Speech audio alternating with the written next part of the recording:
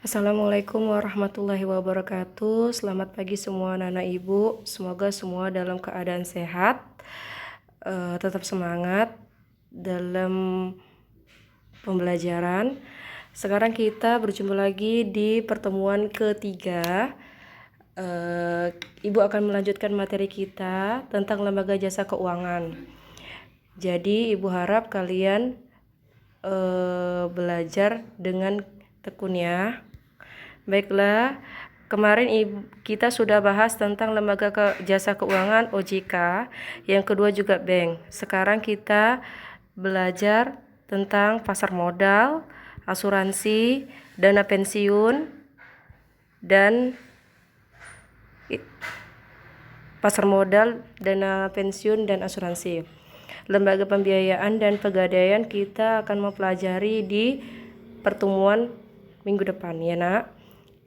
Adapun tujuan pembelajaran pada pagi hari ini, yang pertama siswa mampu menjelaskan tentang pasar modal, yang kedua siswa mampu menjelaskan tentang asuransi, dan yang ketiga siswa mampu dapat menjelaskan tentang dana pensiun.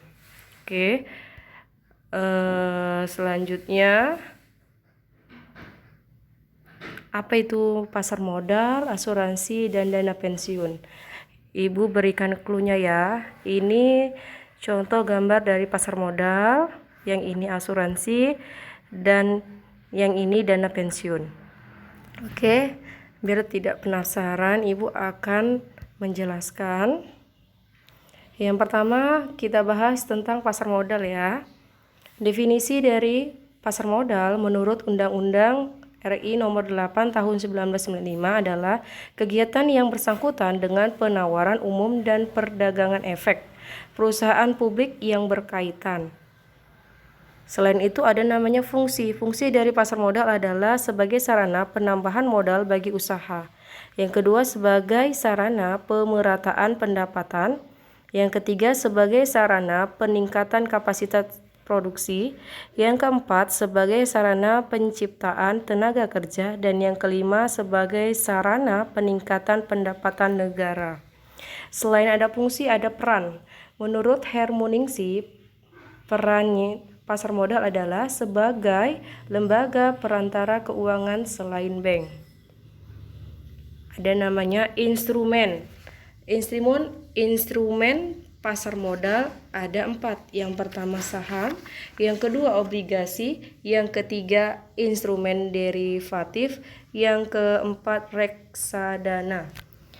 Jadi saham itu adalah surat atau tanda bukti penyertaan kepemilikan modal atau dana pada suatu perusahaan. Sedangkan obligasi adalah surat perjanjian atau kontrak antara investor dengan perusahaan yang isinya menyatakan bahwa investor telah meminjamkan sejumlah uang kepada perusahaan. Selanjutnya ada namanya instrumen derivatif. Instrumen derivatif itu adalah efek turunan dari efek utama yang sifatnya penyertaan dan utang. Jadi yang berhubungan dengan penyertaan dan utang itu termasuk dalam instrumen derivatif. Selanjutnya ada namanya reksadana. Reksadana adalah tempat yang digunakan untuk menghimpun dana dari masyarakat yang memiliki keinginan untuk investasi yang selanjutnya. Dana-dana tersebut akan diinvestasikan dalam bentuk portofolio efek yang digunakan oleh manajemen investasi. Selanjutnya, selain itu ada namanya struktur. Jadi tidak hanya di organisasi, di pasar modal juga ada strukturnya. Yang pertama yaitu Menteri Keuangan RI, yang kedua OJK, yang ketiga Bursa Efek, yang keempat Lembaga Clearing, yang kelima Lembaga Penyimpanan, yang keenam Perusahaan Efek, yang ketujuh Lembaga Penunjang Pasar Modal, yang kedelapan Profesi Penunjang Pasar Modal, yang kesembilan Pemodal, dan yang kesepuluh Emiten. Ada juga investasi saham di pasar modal. Bagaimana caranya sih untuk investasi di pasar modal? Caranya gampang. Caranya hanya membeli saham yang diperjualbelikan di pasar modal. Selanjutnya ada mekanisme transaksi di pasar modal. Mekanisme di sini ada 3. Yang pertama pasar reguler, yang kedua pasar negosiasi, dan pasar tunai. Apa sih perbedaan dari ketiga pasar itu? Yuk kita simak. Kalau pasar reguler merupakan pasar yang perdagangan efeknya dilakukan dengan proses tawar-menawar secara lelang yang berkesinambungan oleh para anggota bursa efek dan memiliki waktu yang panjang. Sedangkan pasar negosiasi adalah pasar yang perdagangan efeknya dilakukan dengan proses tawar-menawar secara langsung dan individual. Yang ketiga, pasar tunai. Pasar tunai itu adalah pasar yang perdagangan efeknya dilakukan dengan proses tawar-menawar secara lelang berkesinambungan oleh anggota bursa efek, di mana penyelesaiannya dilakukan pada itu juga, berarti harus 1 hari. Ini adalah contoh dari mekanisme transaksi di pasar modal. Selanjutnya, kita akan bahas tentang asuransi. Definisi dari asuransi menurut Undang-Undang Nomor 40 Tahun 2014 yaitu perjanjian antara dua pihak, yaitu menjadi dasar perusahaan asuransi dengan memegang polis yang menjadi dasar bagi penerima premi oleh perusahaan asuransi sebagai imbalan untuk memberikan penggantian kepada pemegang polis karena kerugian. Jadi polis di sini adalah nasabahnya ya, Nak. Dia yang dapat menerima fasilitas. Selanjutnya ada namanya fungsi. Fungsi dari asuransi yaitu sebagai pengalih resiko atau menghilangkan kemungkinan kerugian, namun pihak asuransi menyediakan fasilitas keamanan keuangan. Selanjutnya ada jenis-jenis asuransi. Jenis-jenis asuransi itu dibedakan menjadi 2 ya, Nak. Yang pertama dilihat berdasarkan fungsinya. Itu contohnya seperti asuransi kerugian, asuransi jiwa, dan lain sebagainya. Yang kedua dilihat berdasarkan kepemilikannya. Asuransi milik pemerintah, asuransi milik nasional, asuransi milik perusahaan asing, asuransi milik campuran. Selanjutnya ada peran di sini, peran asuransi. Yang pertama sebagai antisipasi hilangnya pendapatan sebelum meninggal dunia. Yang kedua sebagai antisipasi hilangnya pendapatan setelah meninggal dunia. Setelah peran ada namanya produk asuransi. Produk asuransi ini ada 4 macam. Produk asuransi kerugian, contohnya seperti kebakaran, kendaraan bermotor, terus kecelakaan diri, kesehatan, dan lain sebagainya. Selanjutnya ada namanya produk asuransi jiwa. Jadi ini terbagi menjadi asuransi jiwa murni, asuransi jiwa jangka panjang, dan jangka pendek. Selain itu ada namanya produk asuransi dalam program asuransi sosial. Contohnya apa? Asuransi kecelakaan diri yang dikeluarkan oleh PT Jasara Harja. Terus yang terakhir produk asuransi jiwa dalam program asuransi sosial, yaitu contohnya asuransi jiwa dalam program asuransi sosial itu adalah program dana pensiun. Baik, sekarang kita bahas tentang dana pensiun. Menurut Peraturan Menteri Keuangan Republik Indonesia Nomor 50/PMK 010/2012, dana pensiun adalah badan hukum yang mengelola dan menjalankan program yang menjanjikan manfaat pensiun. Selanjutnya di sini ada tujuan. Tujuannya itu ada 3 dibentuknya dana pensiun. Yang pertama bagi karyawan. Salah satunya yaitu kepastian memperoleh pendapatan di masa depan sesudah masa pensiun. Yang kedua bagi pemberi kerja. memberikan penghargaan kepada karyawannya yang telah mengabdikan di perusahaan tersebut. Dan yang terakhir, bagi lembaga pengelolaan dana pensiun. Tujuannya apa? Untuk mengelola dana pensiun agar memperoleh keuntungan dengan melakukan berbagai kegiatan investasi.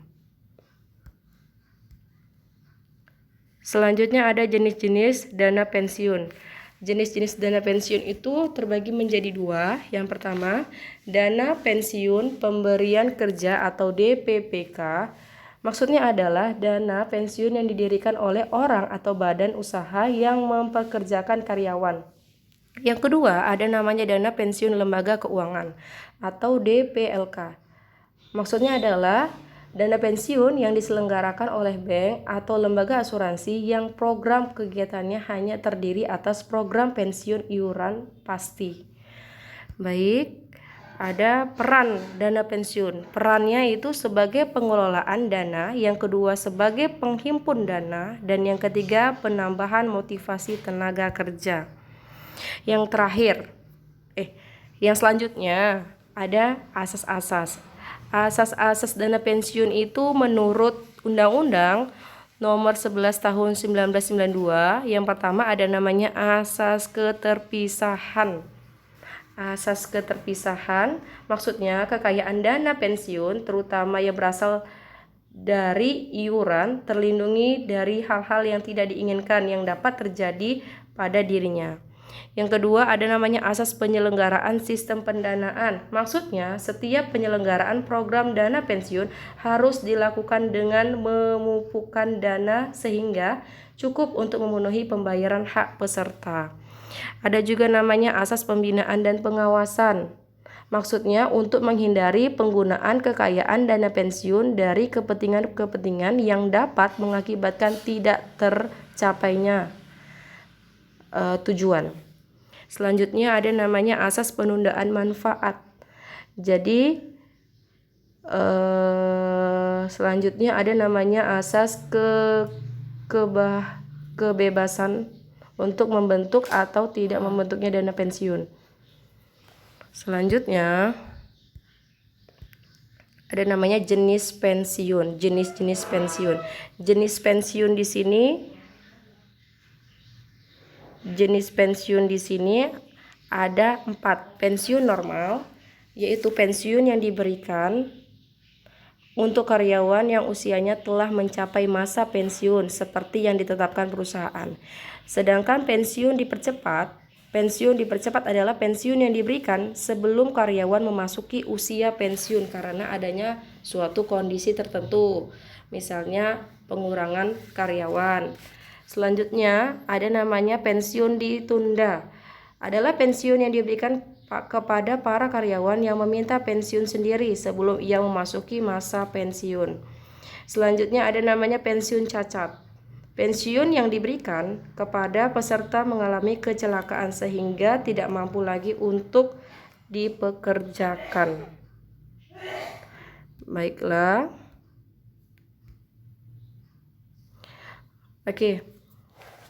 Ibu akan memberikan tugas kepada kalian. Tugas ini dikumpulkan pada saat tatap muka, mengerjakannya di kertas portofolio. Amatilah bank-bank yang berdiri di daerah sekitarmu, kemudian klasifikasikanlah bank-bank tersebut ke dalam jenis-jenisnya. Minggu lalu kita sudah pembelajaran itu ya nak, tentang bank. Jadi silahkan dikerjakan pada saat tatap muka nanti akan dikumpul. Ibu rasa cukup sampai di sini materi yang dapat Ibu sampaikan. Lebih dan kurangnya Ibu mohon maaf. Semoga kita selalu diberikan kesehatan. Jangan lupa menjaga kesehatan. Sekian dan terima kasih. Assalamualaikum warahmatullahi wabarakatuh.